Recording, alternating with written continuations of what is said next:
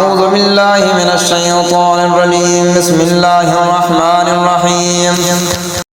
تبارك الذي بيده الملك وهو على كل شيء قدير الذي خلق الموت والحياة ليبلوكم أيكم أحسن عملا وهو العزيز الغفور الذي خلق سبع سماوات طباقا ما ترى في خلق الرحمن من تفاوت فارجع البصر هل ترى من فطور ثم ارجع البصر كرتين ينقلب إليك البصر خاسئا وهو خسير ولقد زينا السماء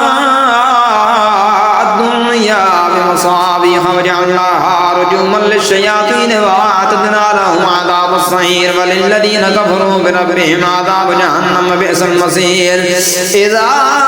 ألقوا فيها سمعوا لا شيئا يدفور تكاد تميز من الغيظ كلما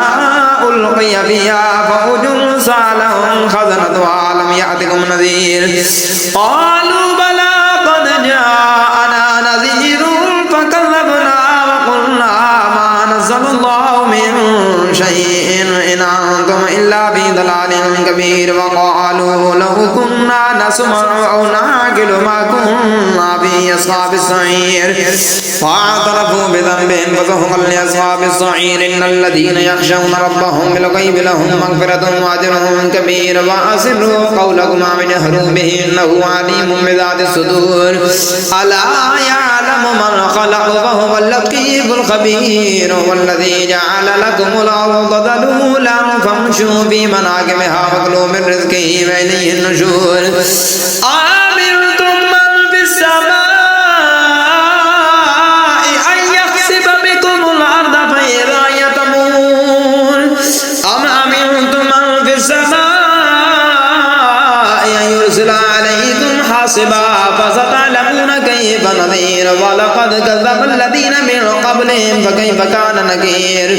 أولم يروا إلى الطير فوقهم صافات ويقبضن ما يمسكهن إلا الرحمن إنه بكل شيء بصير أمن هذا الذي هو جند لكم ينصركم من دون الرحمن للكافرون إلا في غرور أمن هذا الذي يرزقكم إن أمسك رزقه بل لجوا في عتم من منفور